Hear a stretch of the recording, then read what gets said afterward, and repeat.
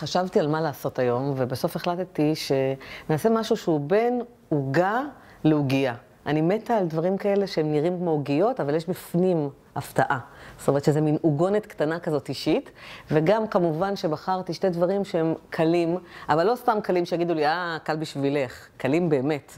נתחיל להכין את הבצק קודם כל, של מין, אני קוראת לזה מין ביסקוטים מקופלים, ובפנים תהיה לנו את הריבה, וזה טעים בטירוף עם קפה ועם תה, וסתם ככה שבאים אורחים. תוך חצי שעה אנחנו נכין את הבצק. ובשביל זה אנחנו צריכים ככה. 2 כוסות של קמח תופח, כוס, 2. קמצוץ של מלח, כי זה תמיד מדגיש טעמים. 2 כפות סוכר. אוקיי. אני רוצה בינתיים לחמם את התנור שלי על 220 מעלות. אפייה, זה מה זה חייב להיות מדויק על הגרמים, ואני כל כך לא טיפוס של גרמים, אני מבשלת בעיקר, ומה זה משנה, אני שמה בנדיבות, מה שבא לי, ומוסיפה ומורידה. אפייה, מסודר, חייב להיות 30 גרם חמאה, קצוצה. זה כל אחד 50. חמאה רגילה, טובה, לא... חמאה רגילה. אני קוצצת אותה לקוביות קטנות. אני אסביר איך עושים את הבצק, כי הוא נורא פשוט הבצק הזה. פרי סטייל. עכשיו, מה שאני עושה, אני מכניסה, חשוב שהיא תהיה קרה, אוקיי? החמאה, קרה. מכניסה אותה, ועכשיו זאת העבודה. רק עם הכריות של האצבעות, אני מתחילה לפורר את החמאה ולהטמיע אותה בתוך הקמח עם הסוכר. עד שאני מקבלת מרקם של כמו פירורי לחם. פשוט. לא, יותר מדי. למה נראה לי רק? זה מעט מדי חמאה, ואני מתבלבלת. רגע. שניונת. המרכיב הבא שלנו, 200 מיליליטר של חלב, שכמובן חיסלו לי בבוקר בקפה את כל החלב, אז נשאר לי רק 150, אז הוספתי שמנת, מה יכול להיות רע? כאילו. עושים כרגע חור במרכז של התערובת שלנו, ולשם אנחנו שופכים, אבל לא את כל החלב. תשפכו בהתחלה רק 150, כי אני רוצה לראות בדיוק את הסמיכות ואיך זה מתקבל. אנחנו עם הידיים, אנחנו מתחילים ללוש את זה, וכעת מה שאנחנו עושים, אנחנו עושים את הטריק הבא. סכין, לא עם שיניים, לא סכין של לחתוך סטייקים, סכין הכי פשוטה שיש, סכין רגילה כזאת שכאילו חותכת, אוקיי? ומתחילים בעדינות לחתוך את הבצק מכל הצדדים שלו. להעביר, כאילו אנחנו חותכים את הבצק, עד שאנחנו מטמיעים את החלב. אם אנחנו מרגישים עכשיו שזה יבש מדי, אז אנחנו יכולים להוסיף עוד טיפונת מהחלב.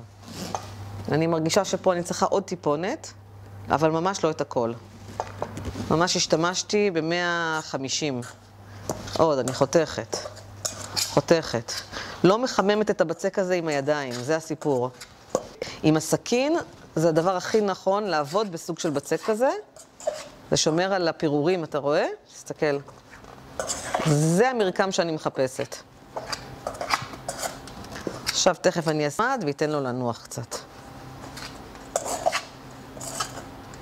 גם לא יותר מדי. זהו. אוקיי, אני אשטוף את הידיים רגע. אני מציעה, לא לשפוך את כל ה-200 בבת אחת, כי לפעמים זה יעשה את הבצק נוזלי מדי. אני אומרת להתחיל, אני השתמשתי פה בערך ב-160, 170. תכניסו בהתחלה 150, ולאט לאט, אם אתם צריכים עוד, עדיף להתחיל מעט ולהוסיף כל פעם בהדרגה, מאשר להתחיל ב-200, ופתאום להבין שיש לנו בצק נוזלי מדי. ופה אני הגעתי די למקום הנכון. הרוב מוטמע, כמעט הכל. אני מפזרת. מוסיפה. אני רואה שהייתי יכולה להוסיף אותי, בסדר, יהיה בסדר. עם ידיים קצת מקומחות, אני אוספת את זה לבצק. ושוב פעם, אם אני מרגישה שאני צריכה להוסיף עוד טיפונת נוזל, אני יכולה להוסיף טיפונת חלב. נשאר לי פה קצת. זה בכוונה סוג של בצק שנוגעים בו מעט מאוד, וכמה שהוא יותר פירורי, ככה אחר כך הוא יותר פריך. זה סוג הבצקים הפחות סקסיים, אבל היותר טעימים. עכשיו אני פשוט מניחה אותו בתוך ניילון נצמד, לא להרבה זמן, ממש כמה דקות, עד שאני בודקת פה ומנקה את המשטח ומכינה את הדברים, רק שהוא יבין שהוא בצק אחיד, זה הכל. אני מסבירה לו את זה בצורה יותר ברורה, ומניחה אותו פה, לא במקרר, לא שום דבר, הוא פשוט קצת נח, זהו. אני הולכת עכשיו לרדד את הבצק.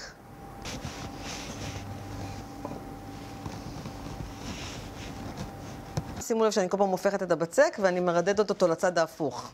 אני לא נותנת לו רק רוחב או רק אורך, אני רוצה איזו צורה ריבועית כזאת. זהו, זה העובי שלי.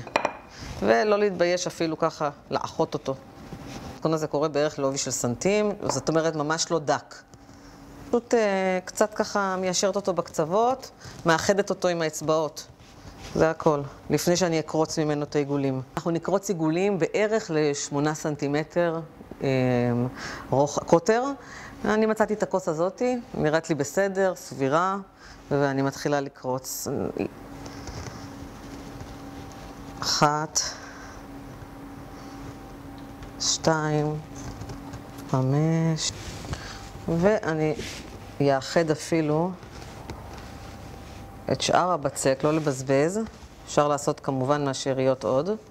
אני שוב פעם פשוט נותנת שנייה אחת של ערבוב. וופ. יפה. אוקיי, אנחנו הולכים להתייחס אחד-אחד. אני לוקחת אחד, וכל אחד מהם אני טיפה מרדדת אותו. טיפ-טיפונת. נותנת לו סמוש אחרון. 2. ככה פשוט יהיה קל לי יותר אחר כך שאני אסגור אותם. חמודים כאלה, תוקים. 2 האצבעות שלי, 2 הכפות ידיים. אני מניחה ועושה פה שקערוריות קטנות כאלה. שרואים משהו שיתפוס אחר כך את הריבה. ופה אני אניח את הריבה שלי, והיא תיכנס טיפונת. אבל אני משאירה איזה סנטים שוליים. בעצם מארגנת מקום לריבה. נתתי פה ריבת פירות יער נורא טובה שאני אוהבת, אבל מה שבא לכם, דובדבנים, תכניסו את זה, מה שבא לכם. ויש עכשיו תותים מדהימים, הרי בזול, בגרושים, אז תכינו ריבה לבד. בעצם, תכף אני אגיד לכם בדיוק, שליש כפית ריבה. רק למלא את הגומחה הזאת, החמודה שעשינו.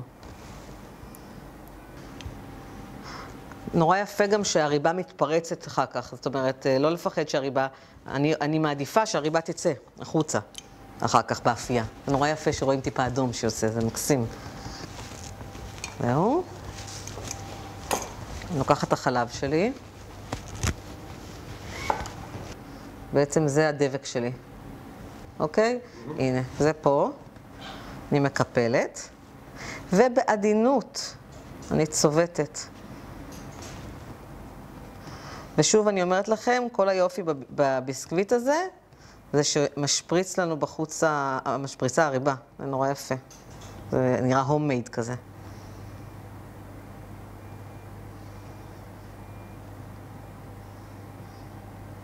אוקיי, מניחה. פה. שוב, עוד אחד. צריך להניח אותם ברווחים, שלא ידבקו כמובן.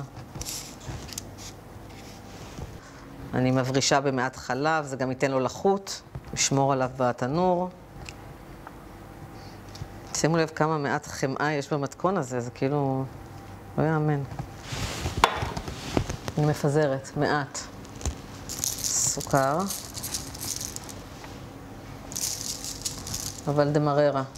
הוא יותר קריסטלי כזה בתנור, באפייה. כי אין כמעט סוכר במתכון, אז שיהיה מתוק למעלה. זהו, אנחנו מכניסים לתנור. 12 דקות. חום של 220. ביי. באמת, באמת, באמת.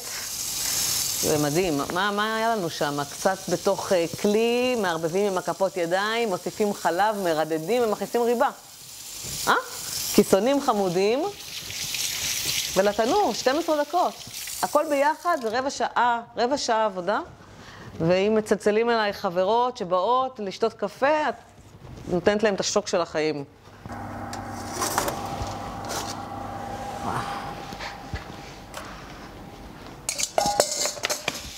טיפה מציצה הריבה מכל דבר, חבל שלא יותר.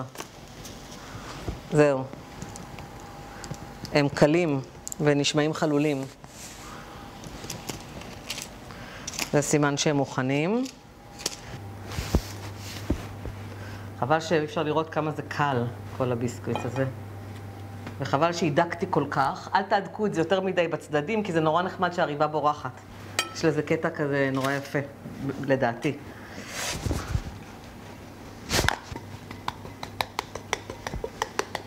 שלג, אין כמו אבקת סוכר.